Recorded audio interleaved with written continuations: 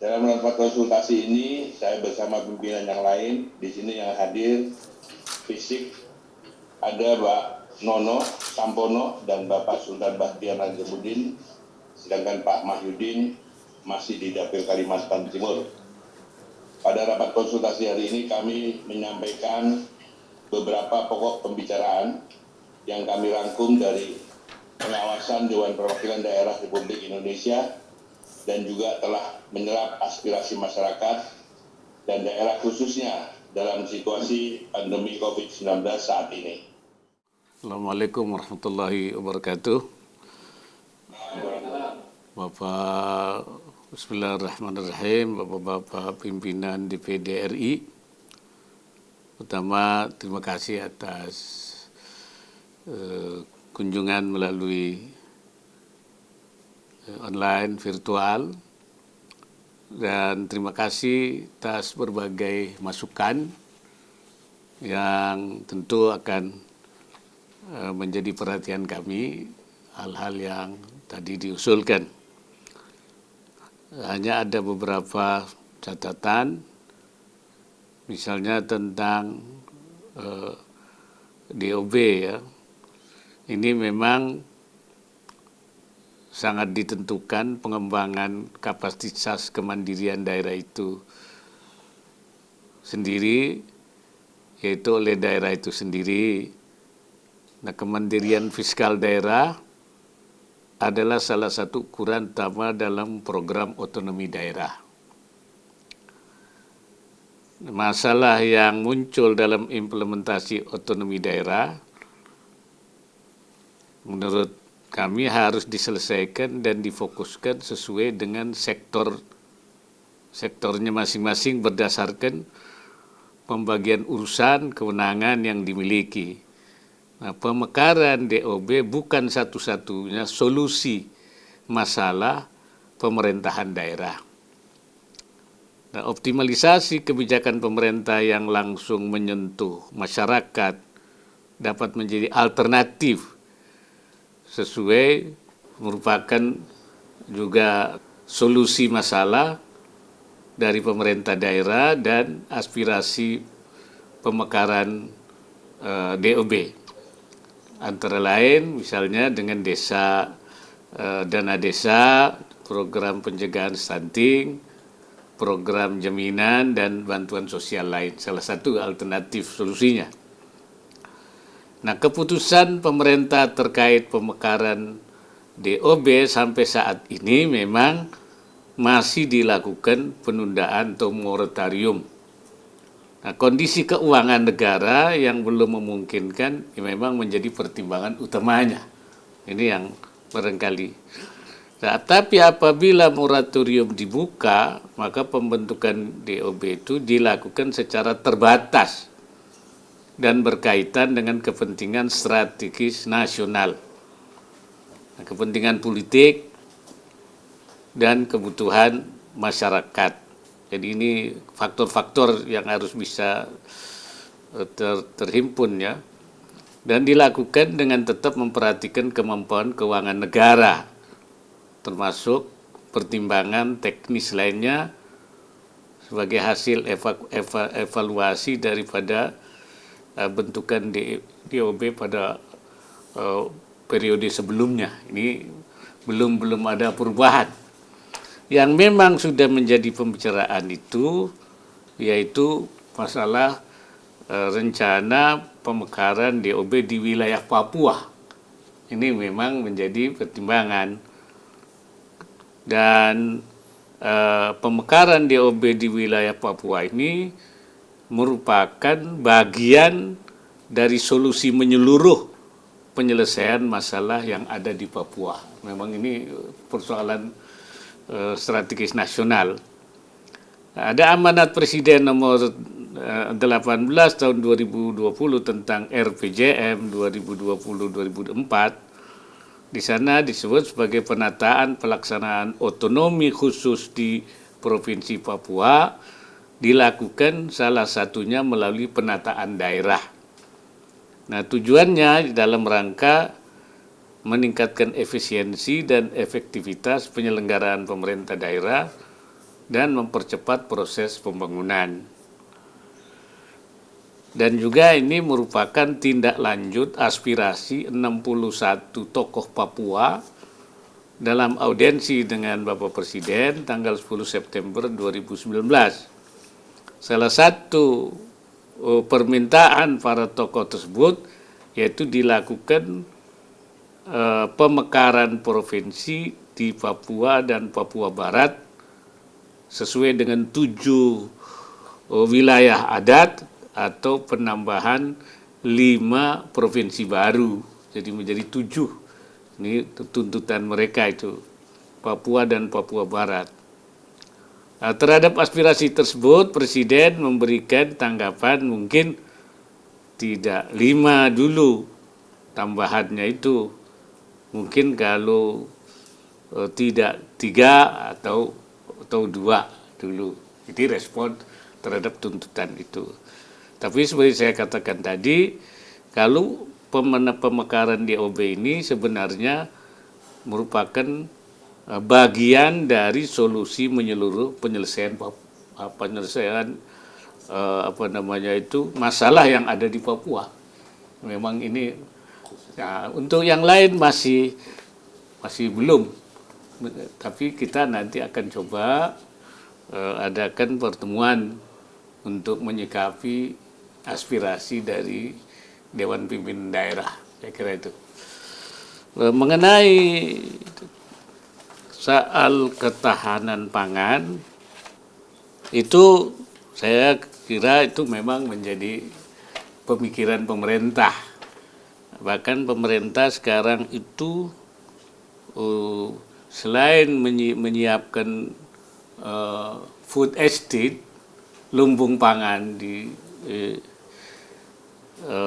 Kalimantan Tengah, juga melakukan upaya-upaya intensifikasi ya, dengan memperkuat infrastruktur baik yang sifatnya itu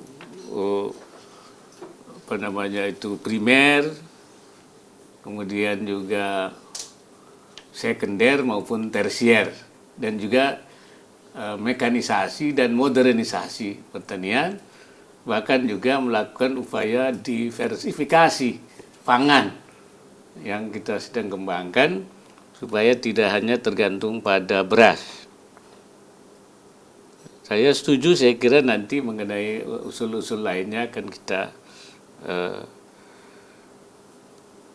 kembangkan lagi. Kemudian mengenai tentang soal pendidikan, ya saya kira pemerintah sekarang sedang menyiapkan upaya menjadi program kita di tahun 2001, bahkan dari 2020, 2021, 2022, itu penyiapan infrastruktur ya, transmisi yang bisa sampai ke seluruh, sehingga bisa nanti ada sambungan online. Jadi sehingga ke depan bukan hanya untuk soal pendidikan sebenarnya, tapi juga untuk kepentingan pemerintahan, kepentingan perdagangan, untuk kepentingan pelayanan yang lain juga. Jadi bisa online ini bisa akan menjadi pengembangan upaya komunikasi. Dan untuk sekarang ini, untuk daring dengan yang ada, pemerintah juga sudah menganggarkan untuk memberikan subsidi pulsa ya kepada masyarakat, karena banyak di antara masyarakat yang tidak mampu. Jadi itu sudah masuk anggaran pemerintah. Ya. Jadi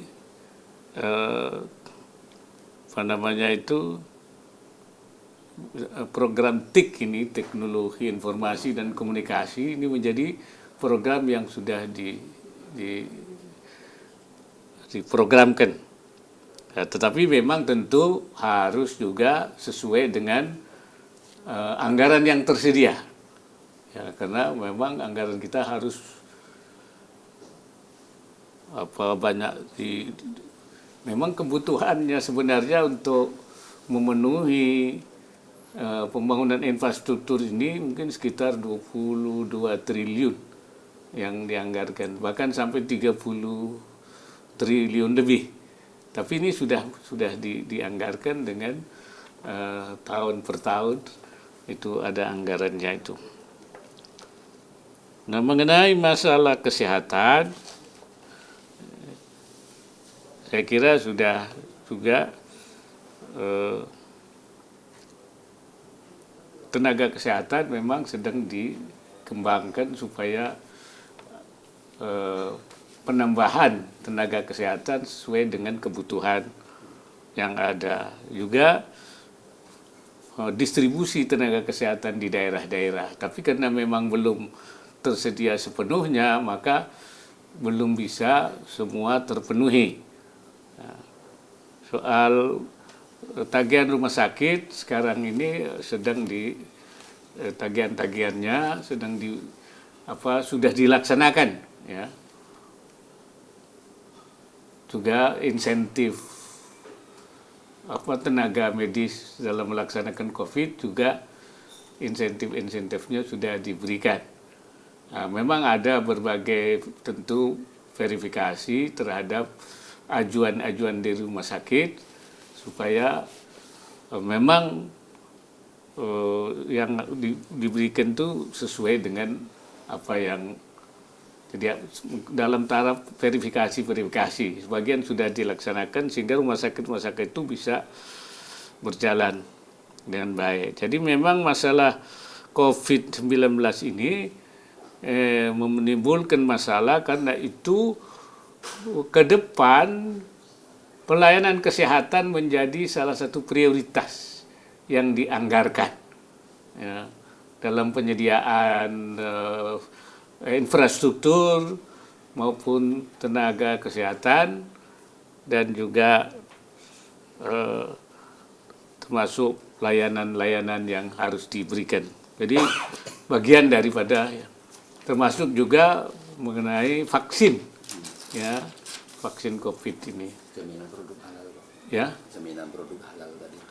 Nah, kemudian yang terakhir jaminan produk halal, saya kira saya ini kan masih ketua umum MUI. Jadi kalau MUI itu menghalangi pelaksanaan implementasi Undang-Undang 33, saya kira tidak benar itu. Itu tidak betul itu. Sebab MUI sudah membuat komitmen untuk melaksanakan secara penuh, ya, sesuai dengan tugas. Kan ada pembagian tugas antara badan, apa istilahnya itu? Badan produk halal itu dan MUI. Di sana sudah ada di undang-undang itu apa yang harus dikerjakan oleh badan, apa yang harus dikerjakan oleh MUI. Nah, itu yang sebenarnya belum terjadi sinkronisasi. Misalnya itu fatwa itu di MUI. Kemudian seleksi LPH, lembaga pemeriksa halal juga di MUI, dan tenaga-tenaga auditor itu juga. Nah, ini yang belum terjadi semacam kesepakatan antara badan itu dengan MUI. Nah, oleh karena itu sekarang ini MUI sudah tidak lagi mengeluarkan sertifikat. MUI itu hanya mengeluarkan fatwa halalnya saja. Tetapi karena di BPH itu belum siap, IT-nya belum jalan, infrastrukturnya belum jalan. Nah, ini kemudian yang menjadi kendala. Mestinya itu badan itu menyiapkan semuanya sehingga kemudian bisa berjalan.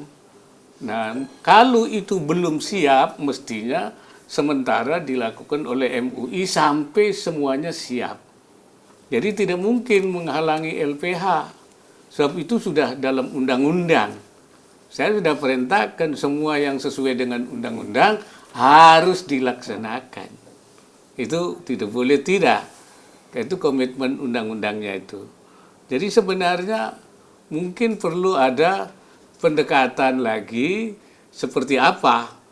Jadi sebaiknya diundang MUI, ditanya, nah, supaya nanti DPD bisa tahu persis persoalannya. Nah, itu barangkali yang perlu diklarifikasi, ya. Saya kira itu. Nah, jadi menurut saya tidak ada sesuatu yang ya harus Omnibus Law dari Pak Nono.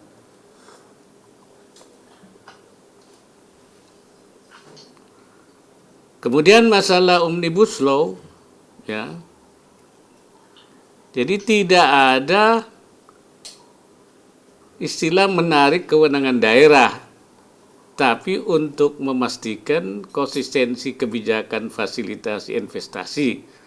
Karena melalui investasi kita dapat membuka lapangan kerja yang luas. Jadi ada semacam sinkronisasi, jangan sampai antara pusat dan daerah itu tidak sinkron. Dan itu yang menyebabkan kemudian terhambatnya investasi. Jadi mungkin ini perlu diklarifikasi. Jadi tidak ada penarikan kewenangan sebenarnya itu. Barangkali itu ya beberapa hal. Jadi saya kali lagi mengenai masalah kewenangan di urusan produk halal itu adalah sudah ada, ya, yang dibagi antara badan dengan MUI, sehingga tidak perlu sebenarnya masing-masing.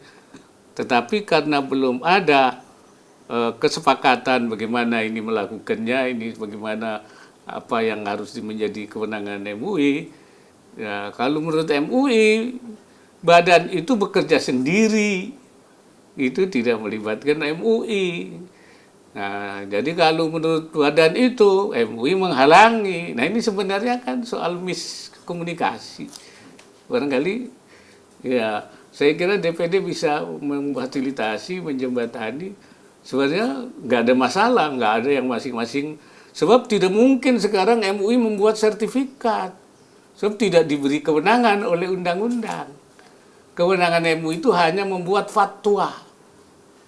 Nah, tetapi proses sertifikasinya tidak berjalan di badan. Sehingga akhirnya sekarang perusahaan-perusahaan itu hanya memegang